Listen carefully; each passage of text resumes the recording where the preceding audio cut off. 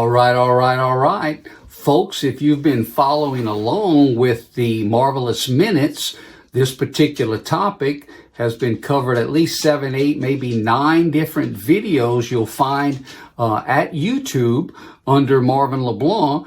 And you can go back and look at all of the different points that I've made in these segments. The topic is, how can I save much more time?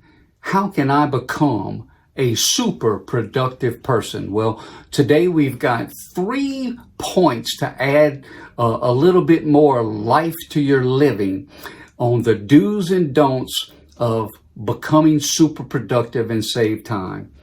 Well, these 3 points start with bullet point number 1. Do believe in love, but believe in compatibility and respect even more. Now, Marvin, that's a little twist. Most of the times everybody puts love above all things. Well, if love is above all things and that love suffers from a lack of compatibility or a lack of respect in the relationship, I'm talking about personal relationships, I'm talking about business relationships. I'm not talking about just intimate love. I'm talking about love, human love, okay? What we lack is compatibility and respect many times for the same people or parties of people that we're in love with. And so there's love there, but the love is not enough. So what I'm trying to emphasize in this particular bullet point is, do you believe in compatibility? Do you believe in respect? Do you believe in listening to those other points of views that could be drastically different than yours? Because compatibility and respect are the 2 things that will feed that love. Point number 2, do count at the end of each day what went well and what didn't go well. Do count at the end of each day what went well and what did not go well. Now, in my particular office, in my workshops, in my speeches, in my PowerPoint presentations, oftentimes, if you've heard me before, I have told the fundamental, foundational story of the red X's and the green check marks. And the red X's are all of the things that have happened in your personal relationships, in your work relationships, let's say over a given day. And sadly, what happens is those red X's, the things that didn't go well, the projects that didn't get completed, reign supreme inside of our head. And sadly, when we do have a green check mark where we did succeed on something, we're not as quick to really remember those things. So Marvin, how do you fix that?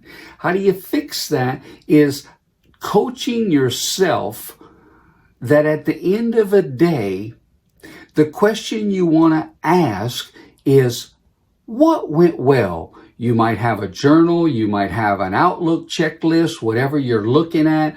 What went well today?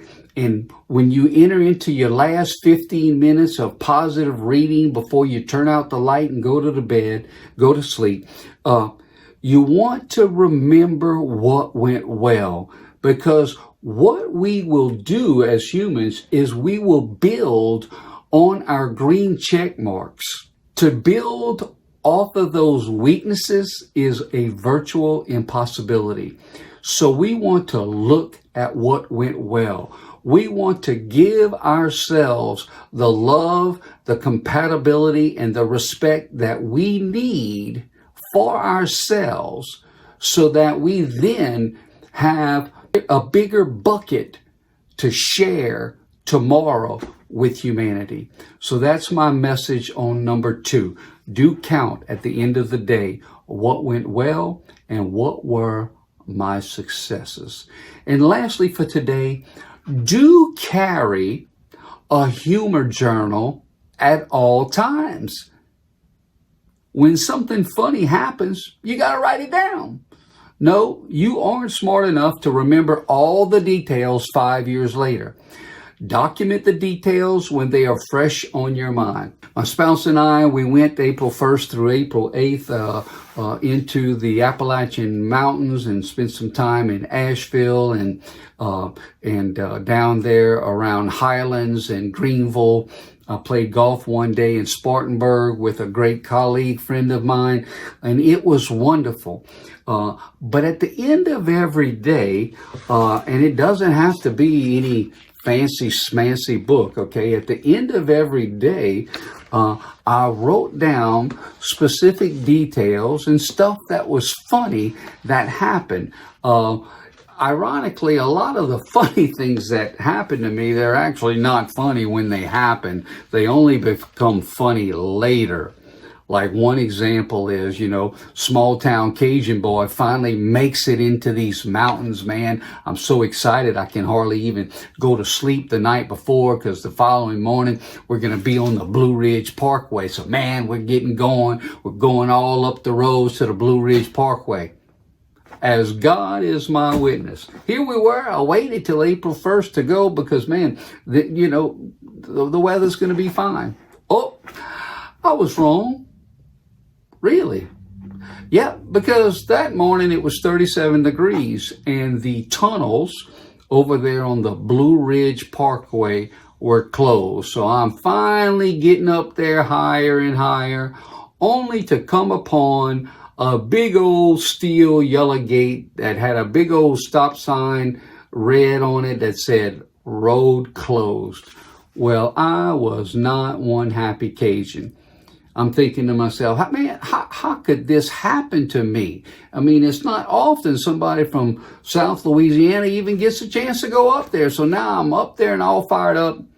And guess what? I couldn't see the road. So I was not to be denied. So I turned around on the Blue Ridge Parkway. I could still go the other way. And I did. And guess what? I ran into another tunnel. You guessed it. I ran into a second big yellow gate, big sign, road closed. So yours truly, I think I've seen maybe about 5 miles of the Blue Ridge Mountain Parkway. So I got to go back. So that's just something that happened. It was something unplanned. And I recorded that in my humor journal. Sometimes you're trying to make headway and it just doesn't work out. So it's better to laugh about it than get too obsessed. So that's my 3 points today. I wish you peace. I wish you love. I wish you gumbo. I wish for you to go over here on the side and reach out to us, contact us, tell us your stories, tell us what you'd like to hear in future segments. We're here for you, so your opinion matters. Take care. Bye-bye. I'm Marvin LeBlanc.